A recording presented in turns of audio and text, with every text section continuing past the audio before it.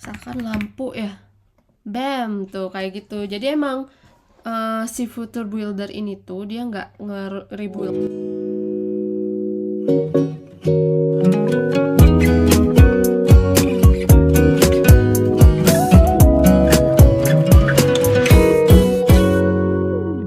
Halo teman-teman, selamat datang di YouTube Cewek Ngoding. Kali ini kita akan bahas mengenai SQLite ya. Jadi kita akan belajar tentang bagaimana cara menggunakan SQLite di Flutter. Ya, kita ke pembahasan Flutter dulu nih sebelum ke HTML dan lain-lain. Nah, sebelum itu kita harus tahu dulu SQLite itu apa sih? Nah, SQLite itu adalah database ringan yang sangat cocok untuk aplikasi mobile ya.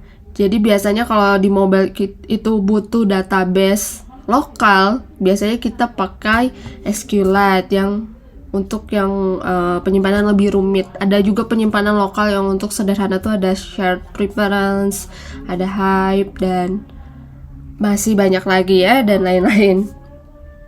Nah, kalau kalian ingin aplikasi kalian bisa menyimpan data secara lokal, nah video ini cocok banget buat kalian ya. Jadi disimak terus ya guys. Nah, kita langsung aja ke video tutorialnya. Tapi sebelum itu jangan lupa klik tombol like, subscribe, komen juga agar kalian tuh nggak akan ketinggalan konten-konten menarik dari Cewek Ngoding, oke? Oke, sekarang kita ke implementasi ya. Kalian buat project dulu ya guys ya. Kita akan buat project Flutter dulu. Kita kasih nama belajar SQLite ya. Oke, jadi kalian buat dulu projectnya. Tunggu sampai selesai. Nah, setelah selesai nih,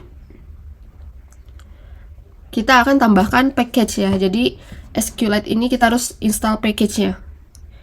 Kalian boleh nambahin package-nya dari sini, misalkan Flutter pub add. Kalau nggak salah kayak gini ya, SQLite kayak gini, atau juga biasanya gue punya sintaks sendiri ya kayak gini. Bisa juga di sini. Misalkan SQLite kayak gitu. Oh, ini tuh ada banyak ya. Jadi kita kalau nggak salah yang ini sih SQLite aja. Nah, cuman kan ini dia ada ini ya. Ada konflik gitu pas install SQLite-nya. Kalau kayak gini biasanya sih gua akan hapus versionnya. Jadi dia akan menyesuaikan dengan versi Flutter kita saat ini gitu. Kayak gitu ya. Nah, ini dia akan otomatis public kan. Nah, selain SQLite, kita juga butuh package yang namanya pet ya untuk mengatur lokasi penyimpanan database-nya. Jadi, selain ini kita akan menggunakan si pet ini ya guys ya. Kalau pet ini kalau nggak salah dia nggak usah kita install package-nya. Kalau nggak salah dia udah ada deh. Tuh, kalau udah kayak gini, ini udah berhasil. Sekarang kita buat database helper-nya ya guys. Kita langsung aja. Nah, untuk strukturnya kalian bisa kayak gini aja sih. Misalnya ini screen. Terus kita buat satu folder lagi. Namanya itu database helper. Tapi sebelumnya kita kasih nama ini aja, helper ya. Ini untuk general. Kalau misalkan ada helper lain, kita simpan di folder helper ini di sini. Nah, di dalamnya kita bisa buat file namanya database helper.dart. Nah, kayak gini. Nah, di sini kita akan definisikan si database helpernya ya guys ya.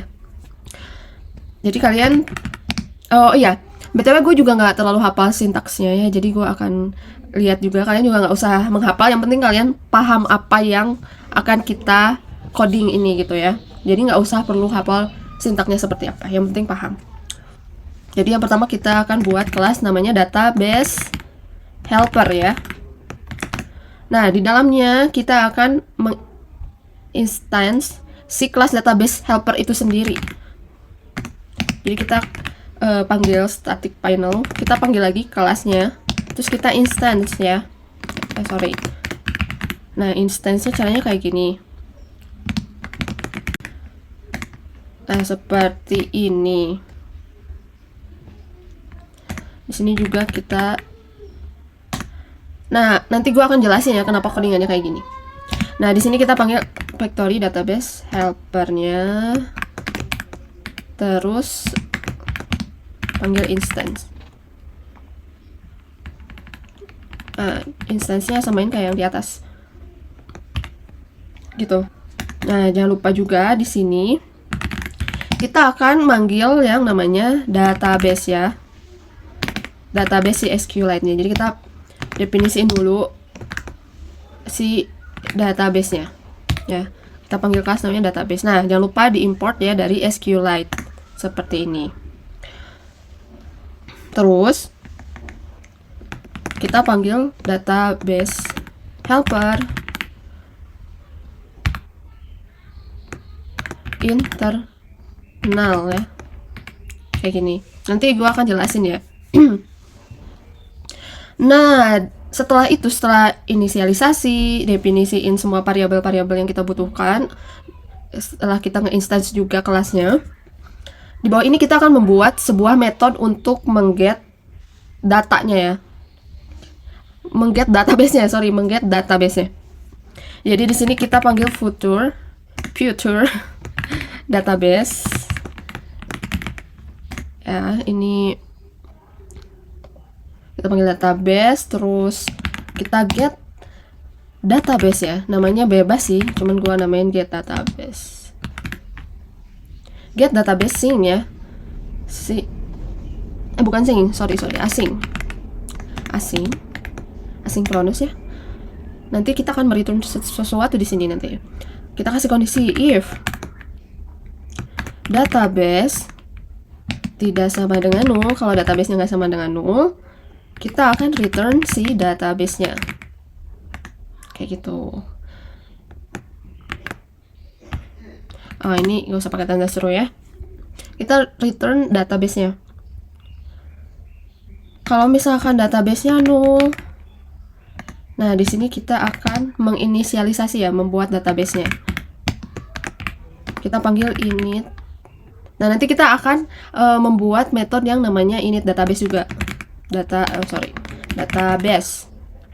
Kita akan panggil si init database-nya. Jadi kalau null, dia akan menginit atau membuat si database-nya. Terus kita akan return di sini database. Kayak gitu ya. Nah, setelah itu yang atas biarin aja dia error. Kita akan buat metode baru yang namanya init database tadi ya. Nah, di sini kita akan gunakan future juga, dimana tipenya database. Namanya yang tadi ya, init database. Nah, ini kayak gini, terus dia juga asing seperti ini. Terus di sini kita definisiin si path-nya. Jadi database kita tuh akan disimpan di mana gitu. Jadi kita definisiin DB path-nya ya, database path-nya. Nah, di sini kita akan memakai yang namanya path itu guys. Jadi kita await si get, kita panggil metode namanya get database path. Nah, ini gitu.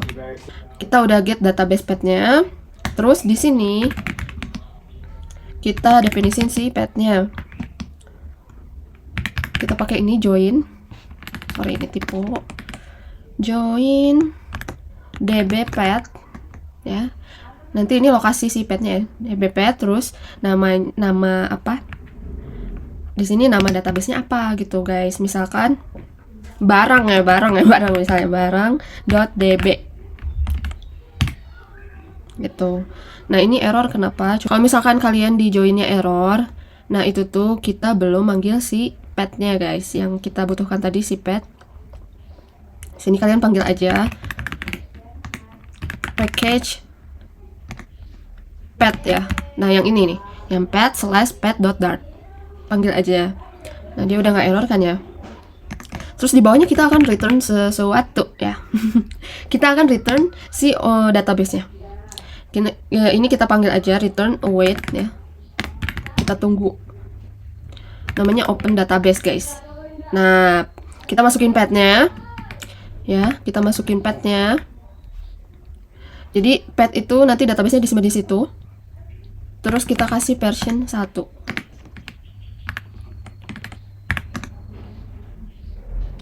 Nah, di sini ada namanya parameter on create ya. Jadi kita akan create si database-nya.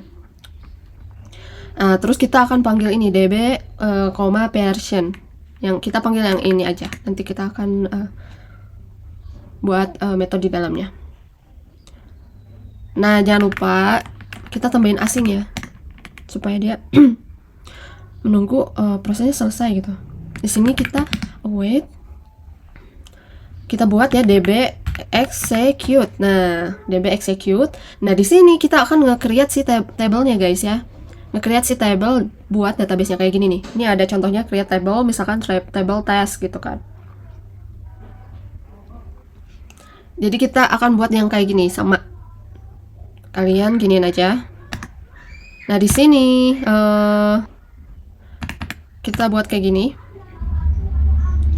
Terus di sini kita buat method create table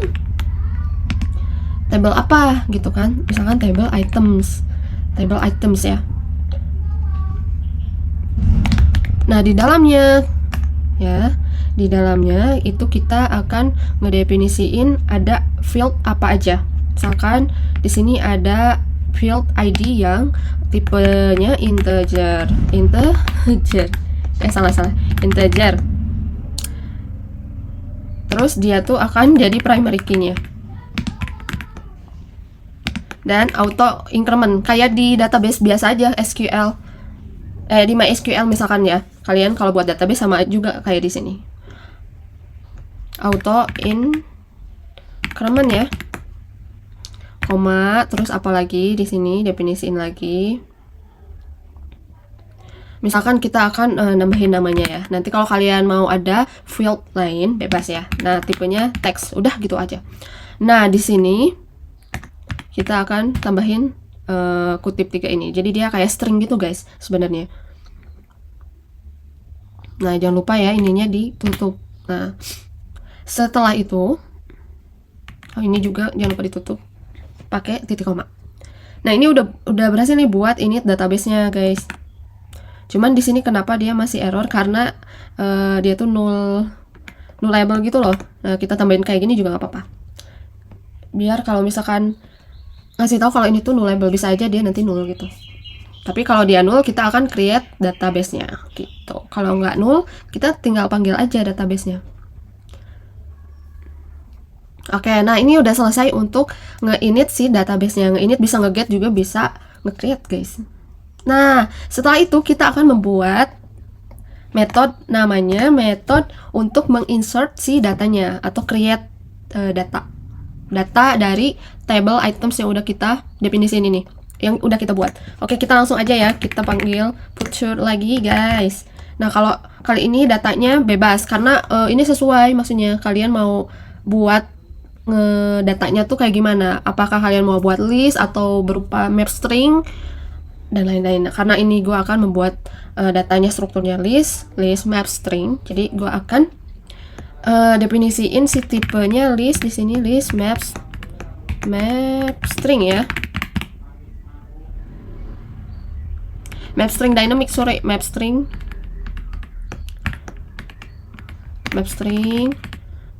dynamic. Nah, kayak gini.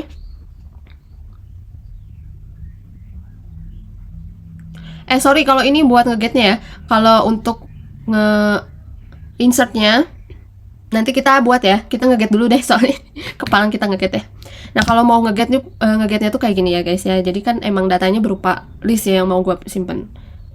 Misalkan get items ya. Ini juga asing, synchronous. Ini kurang satu nih. Nah,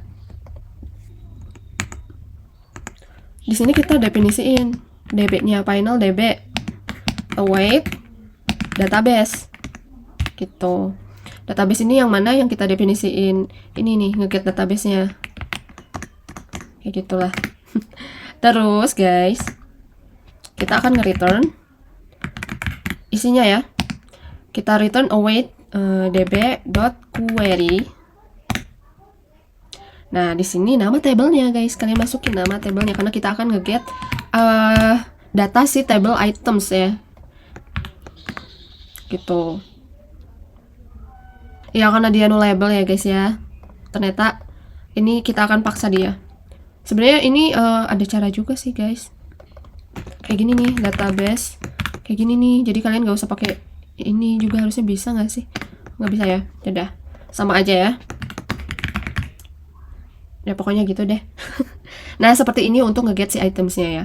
Jadi kita init database-nya, terus kita nge-get tabel items yang ada di database gitu. Kita returnnya karena emang tipenya yang gue simpan nanti ini sih, list map string gitu ya.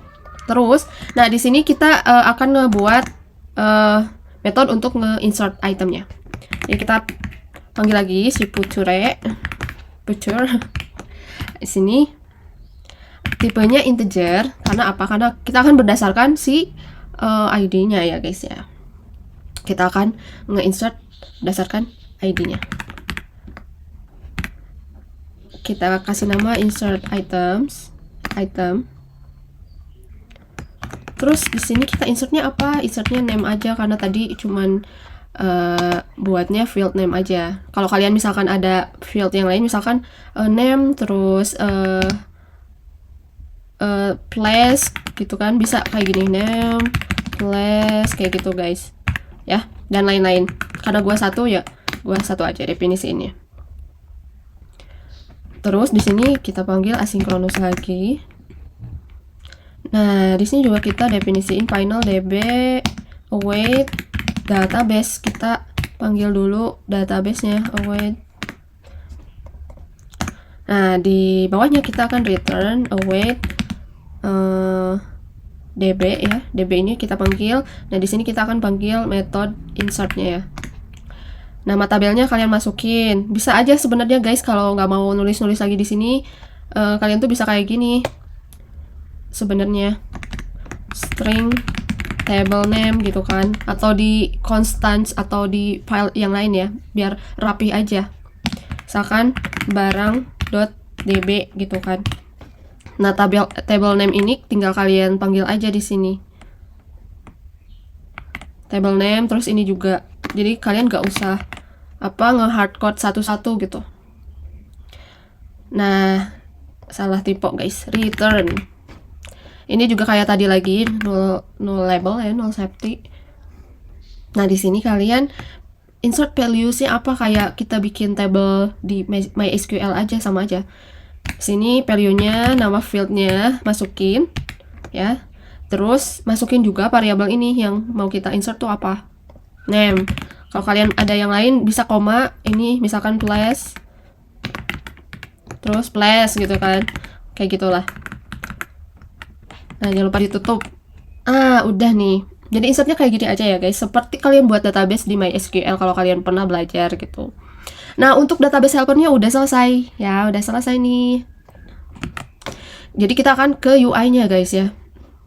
Kita langsung ke UI-nya ya. Ini hapus aja, kita di sini aja. Buatnya langsung di home-nya ya. Ini kita hapus aja guys, yang kayak gini-gini biar tidak mengganggu ya. Hapusin aja. Nah ini kolomnya kita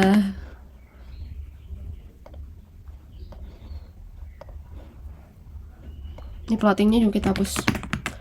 Nah seperti ini. Nah untuk kita akan buat UI untuk nge-get si datanya dulu ya. Kita buat UI untuk nge-get si datanya. Nanti kita buat juga untuk nge-insert si datanya juga. Nah kalau UI untuk nge-get datanya itu tuh kalian sebenarnya bisa pakai Future Builder sih.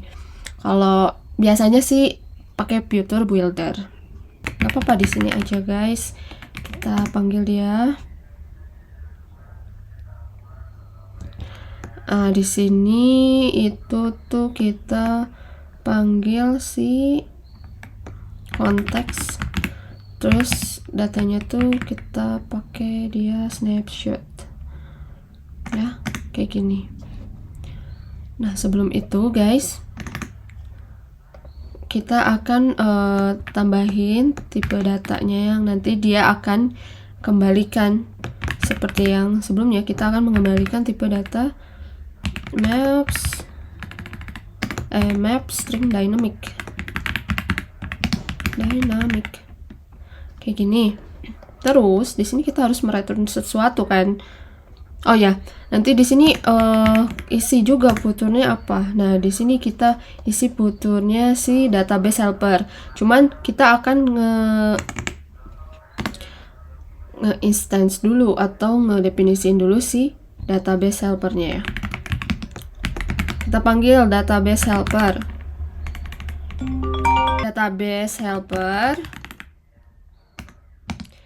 Terus namanya bebas, cuman gue namain db helper. Database helper kayak gini. Nah, db helper ini yang kita akan masukkan ke si future. Nah, di sini kita panggil apa? Kita panggil metode get items-nya. Seperti ini. Ya. Terus di dalamnya kita akan definisiin kalau misalkan connection state-nya sama dengan connection state waiting guys. Kita akan returnnya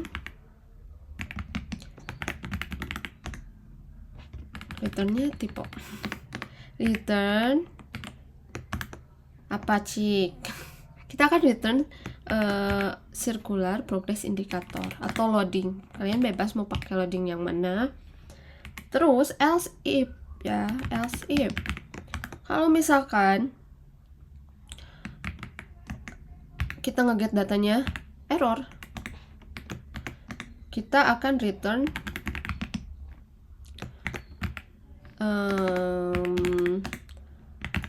text ya, text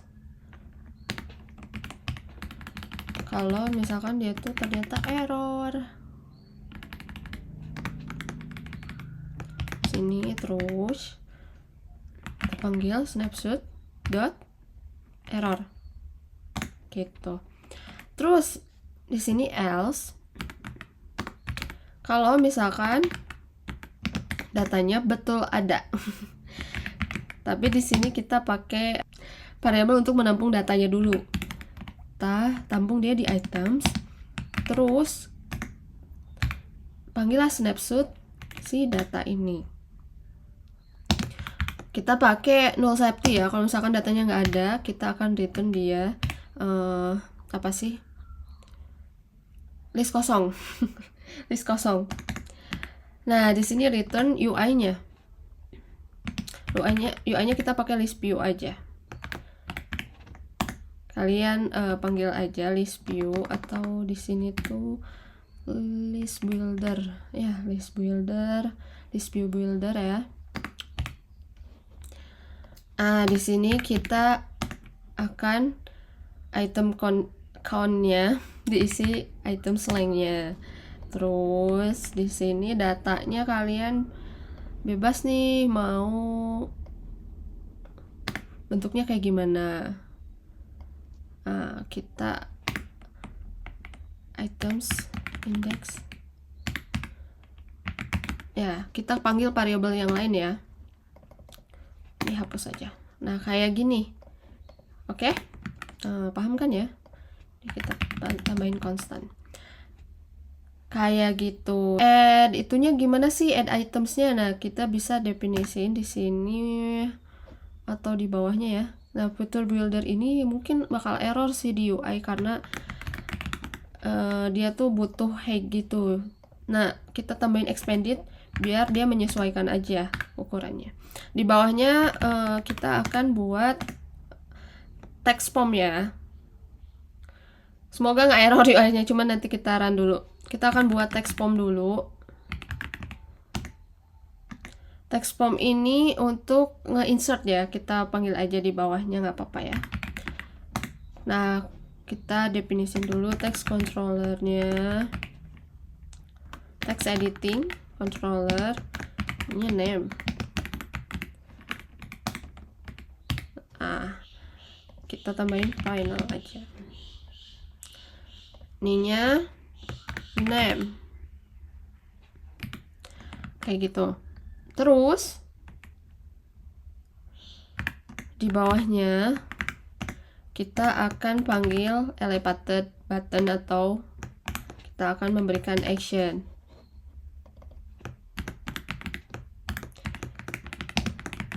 Kita akan kasih dia action add data. Nah, di dalam sini yang pentingnya, kalian bisa panggil si database helper yang udah kita definisin tadi. Kita panggil db helper. Terus di sini ada metode yang udah kita buat, namanya insert items ya, insert items. Kalian tinggal masukin aja guys, nih kayak gini, text. Nah kayak gitu aja. Aduh, salah. Kalian juga bisa kayak gini. Nah, jadi menunggu dia selesai dulu di add. Oke. Nah, ini gua runnya akan pakai simulator ya guys ya. Kalian kalau runnya pakai itu juga bebas. Kalau pakai emulator atau apapun itu bebas ya. Cuman gua pakai simulator. Jadi gua bakal pod install dulu buat ngeinstall si SQLite-nya di pod filenya. Nah ini error karena dia tuh kalau nggak salah kayak gini. Nah di sini kita harus ngedefinisiin si platformnya 12 ke atas. Nah dia udah selesai ya ngeinstall tuh, udah berhasil. Tinggal kita run guys ya. Akhirnya kita nge-run juga. Error. Hasilnya error. Kenapa error ya? Kita coba lihat dulu. Ternyata ada yang typo di sini ya. Bukan yang typo, ini salah. Jadi kita nggak bisa kayak gini. Kita pakai yang internal. Nah terus ada error lagi ya, kalau dia tuh nggak bisa pakai yang kayak gini nih. Ternyata harusnya kayak gini.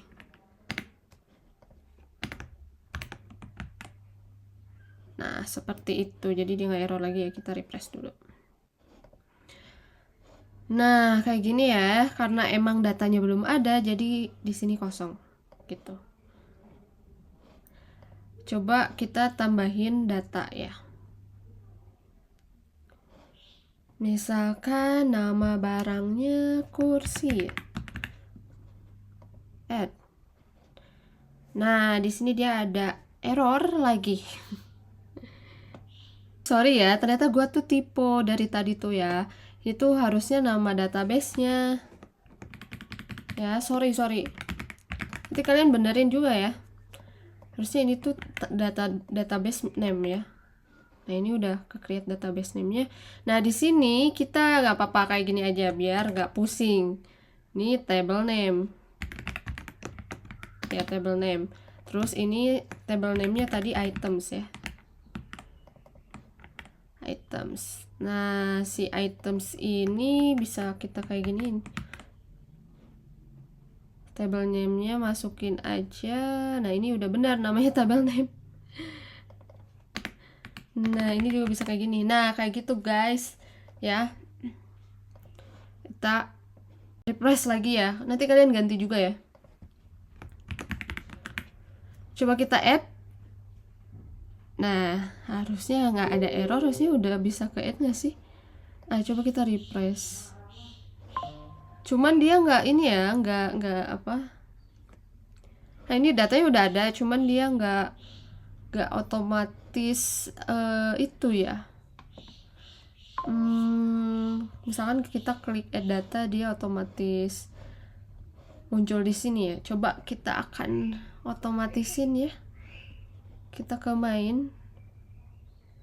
Oh iya, tadi gue sempat ubah ini pakai apa? Size box ya. Takutnya dia error gara-gara itu. Nah, di sini kita tambahin aja padding.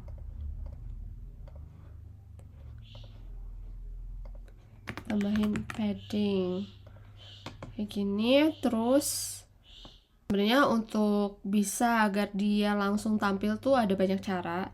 Salah satunya kalian bisa pakai state management. Itu bebas kalian mau pakai state management apa. Cuman untuk lebih sederhananya ya, implementasi yang lebih sederhananya, gue mau pakai state management paling mau pakai state management paling sederhana, yaitu set state, guys. Panggil aja di sini. Misalkan lampu ya. Bam, tuh kayak gitu. Jadi emang si Future Builder ini tuh dia nggak nge-rebuild UI-nya langsung gitu. Makanya kita harus nge-trigger dia buat nge-rebuild si UI-nya. Kalian bisa triggernya pakai state management gitu deh guys ya. Mungkin segitu aja kali ya tutorial kali ini, karena memang videonya juga udah kepanjangan, takutnya kalian bosen gitu ya. Nanti kalau misalkan kalian ada pertanyaan lagi mengenai SQLite, tinggal langsung di komen aja di bawah video ini ya guys ya. Oke, kalau gitu semoga kalian bisa implementasi juga ya.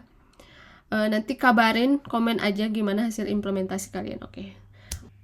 Oke, kalau gitu sekian aja untuk video kali ini. Semoga bermanfaat. Jangan lupa like, comment, subscribe, dan follow akun TikTok Cewek Ngoding. Oke, dadah. Terima kasih guys. Bye-bye.